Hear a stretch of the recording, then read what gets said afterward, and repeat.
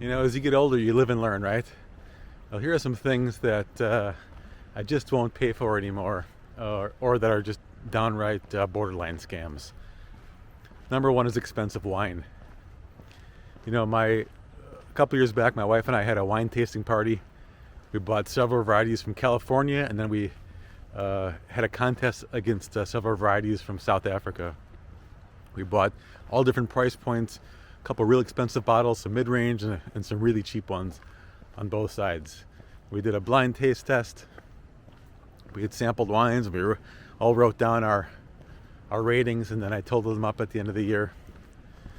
There was virtually, almost to the point, no difference between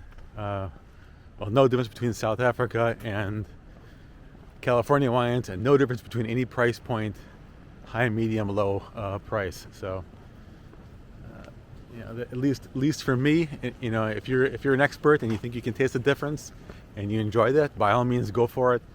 For the rest of us, it's a huge waste of money. I just buy the cheapest wine possible at Aldi's or Trader Joe's, and I know some of you are cringing right now, but I can't tell the difference. I like wine, but it doesn't do it for me. Second thing I don't pay for anymore is expensive coffee. So similar story here, coffee versus wine. I know this will also upset some people, but I didn't start drinking coffee till later in life, and I would buy coffee shop coffee. I'd go to expensive coffee shops or Starbucks, and I like seeing that green sign at Starbucks, and I still kind of do. I like going to Starbucks, but in general, I just started buying cheaper and cheaper bags of coffee at home, ground coffee, and eventually got to the point where I just bought the cheapest thing at Aldi, and I'm like, it tastes. I prefer the coffee I make now, so sometimes I buy Folgers decaf in a can, or just a cheap ground coffee. I love it. Again, if you can tell the difference, great. For me, no way I'd buy expensive coffee. Next thing on the list is college. Have you seen the price of college lately? If you're younger, you probably have.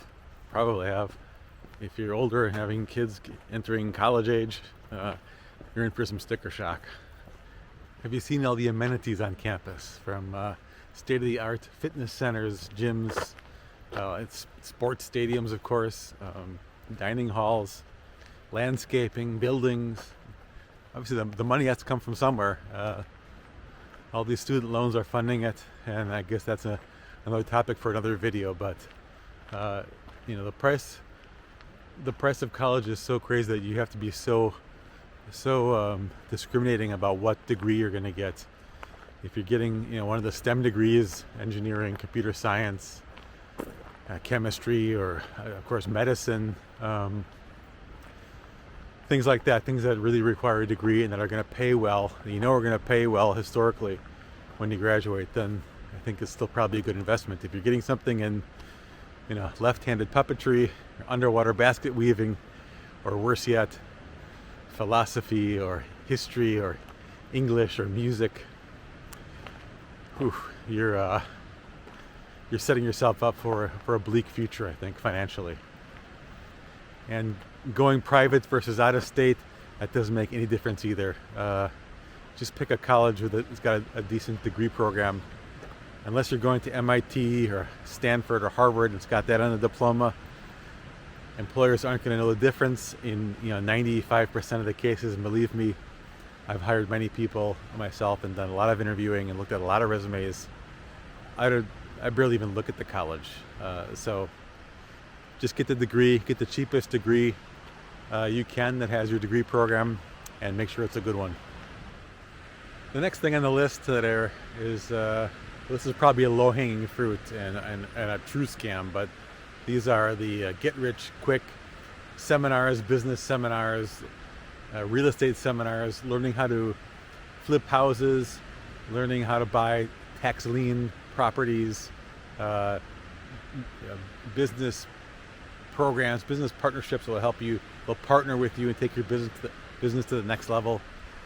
These really are borderline, if not outright, scams. And I only mention these like I said, these are low-hanging fruit, but I mention these because I've done some of these in the past. I think I've only really attended full, I've gone to like the free session sometimes, but then there's always like the, you know it's a scam when it's a free session, and then there's like a $399 version, and then if you really want to get serious, guys, if you want to get serious, we have this, $1,000 or $3,000 immersive program or week-long program that you can attend.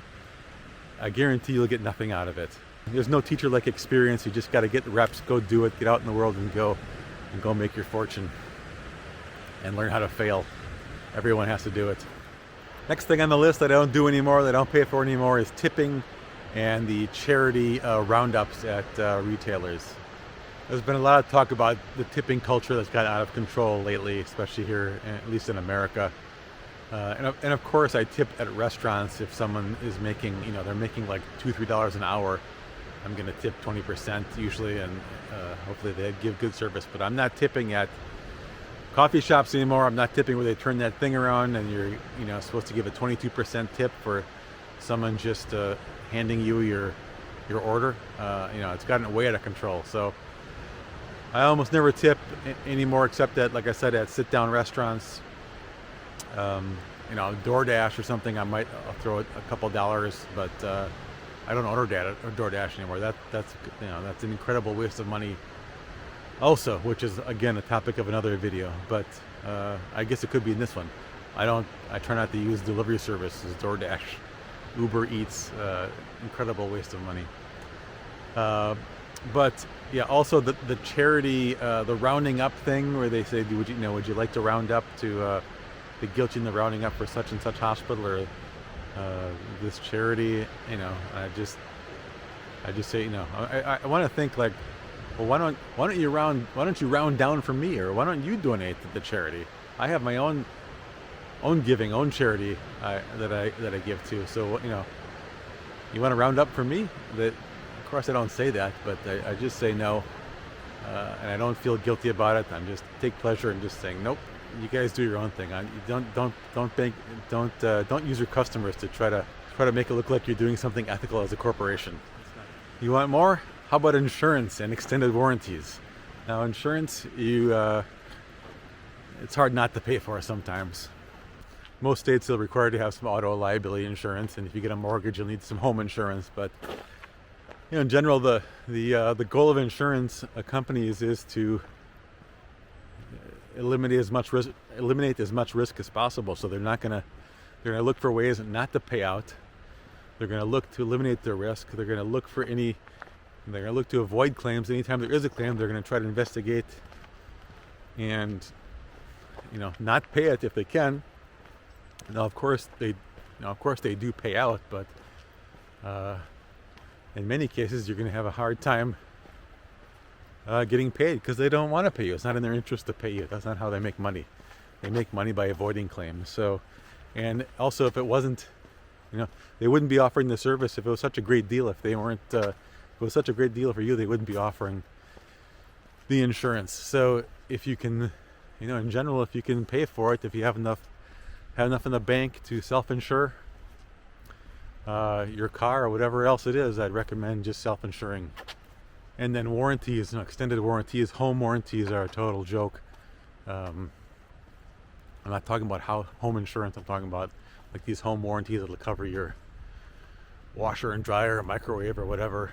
You don't need that. You certainly don't need an extended warranty on a USB cable that you're buying at Best Buy. You'll never claim it anyway. You'll forget about it. Total scam. All right, if you haven't done so yet, please subscribe to this channel. I have more content like this coming out several times a week. Hope you enjoyed this video. If it was popular, if you like it, please leave a comment, and I'll do a part 2. I've got literally like 8 or 10 more of these things written down. I could go on and on, but we'll cut it here for today. Hope you enjoyed the setting. And again, if you liked the video, please give it a like, and thanks for watching. We'll see you in the next video.